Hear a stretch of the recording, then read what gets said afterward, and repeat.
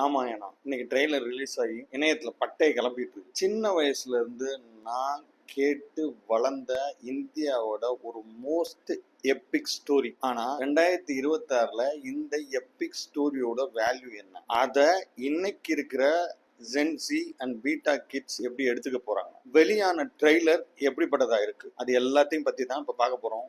Welcome to பேசி கிளிப்போம்.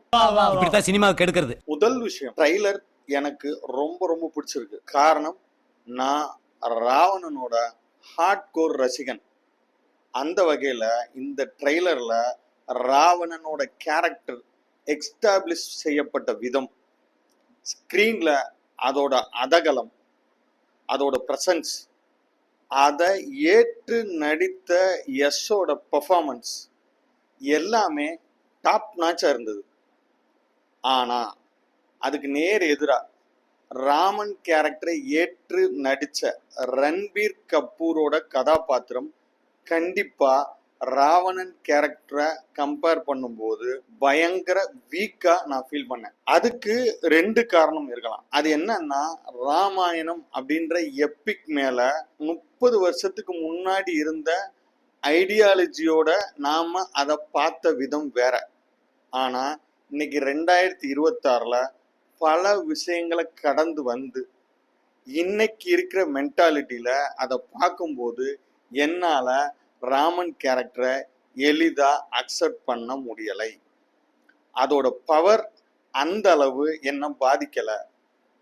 காரணம் என்னன்னா, ராமன் சீதை அப்படின்ற அந்த கேரக்டரோட ஐடியாலஜி இருக்குல்ல, இன்னைக்கு 2026ல குறிப்பா பெண்கள் முன்னேற்றம், பெண்களோட பொருளாதார முன்னேற்றம், அவங்களோட கல்வியில இருக்கிற முன்னேற்றம், அவங்களுக்கு இன்னைக்கு வாழ்வியல்ல இருக்கக்கூடிய சம பங்கு, இப்படின்னு பல விஷயங்களை கடந்து வர்றப்ப இன்னைக்கு சீதைன்ற கதாபாத்திரத்தை எப்படி நம்ம பார்க்குறோம் அப்படின்னு ஒன்று இருக்கு. இதே ட்ரெய்லருக்குள்ளேயே சீதா ராமன் கிட்ட சொல்ற ஒரு முக்கியமான வசனம், திருமண தப்ப நீங்க என்கிட்ட போட்ட ஒப்பந்தம் என்ன, எதுவா இருந்தாலும் நீங்க எடுக்கிற முடிவுக்கு பின்னாடி நான் பயணப்படுவேன் அப்படின்னு அவங்க சொல்றாங்க இல்லையா, அத இன்னைக்கு இருக்கிற ஜென்சி கிட்ஸ் எப்படி எடுத்துக்குவாங்க அப்படின்னு $1,000,000 கேள்வி ஒண்ணு எனக்குள்ள இருக்கு. அது எல்லாத்தையும் தாண்டி சூர்பனகையோட கேரக்டரை 30 வருஷத்துக்கு முன்னாடி என்னையே எக்ஸாம்பிளா எடுத்துக்கிட்டா நானே ஒரு வில்லியான கதாபாத்திரமா தான் அதை பார்த்துருக்கேன். ஆனா இன்னைக்கு ஒரு 30 வருஷம் கடந்ததுக்கு அப்புறம் சூர்பனகையை பொறுத்தவரையும் நான் அவங்கள எந்த இடத்துலையும் வில்லியா பார்க்கல. சூர்பனகையை எப்ப நான் வில்லியா பார்க்குற மனநிலையில இருந்து வெளியே வந்துட்டனோ, கண்டிப்பா ராவணனை வில்லனா பார்க்குற மனநிலையில இருந்தும் வெளியே வந்துட்டேன். ராவணன் செய்தது சரி அப்படின்ற மனநிலை எனக்குள்ள வந்துருச்சு. காரணம் என்னன்னா, நிறைய வாசிட்டேன். குறிப்பிட்டு சொல்ல வேண்டிய ஒரு முக்கியமான எழுத்தாளர் ஒருத்தங்க இருக்காங்க, அம்பை.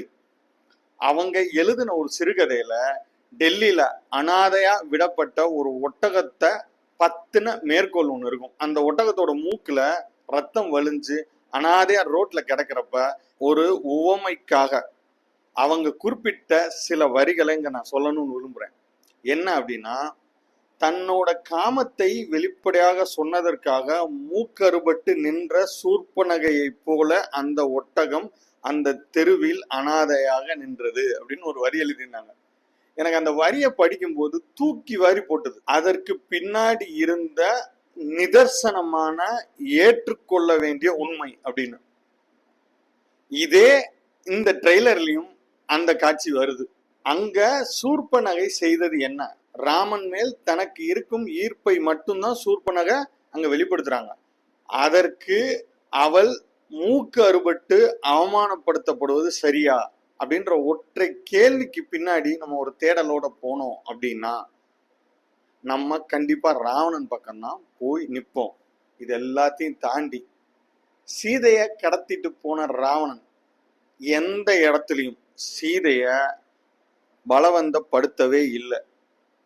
இப்ப தமிழ்லே நேர்கொண்ட பார்வைன்னு ஒரு திரைப்படம் வந்துச்சு இல்லையா, அதுல ஒரு வார்த்தை வரும், நோ மீன்ஸ் நோ.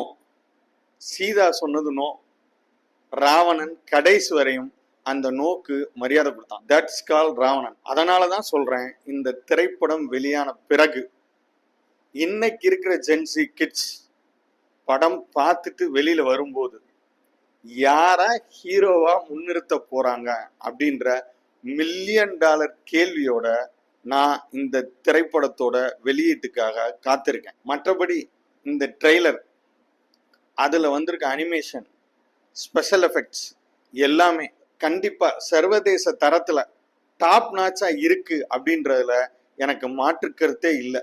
பட் என்னோட வெயிட்டிங் எல்லாமே இந்த படம் வெளிவந்த பிறகு ராமனா ராவணனா இந்த கதைய இன்றைக்கு இருக்கிற தலைமுறை, குறிப்பா இன்னைக்கு இருக்கிற இளம் பெண் தலைமுறை என்னவா பார்த்து தங்களோட கருத்தை வெளியிட போகுது அப்படின்னு மிக மிக மிக ஆவலோட நான் காத்திருக்கேன்.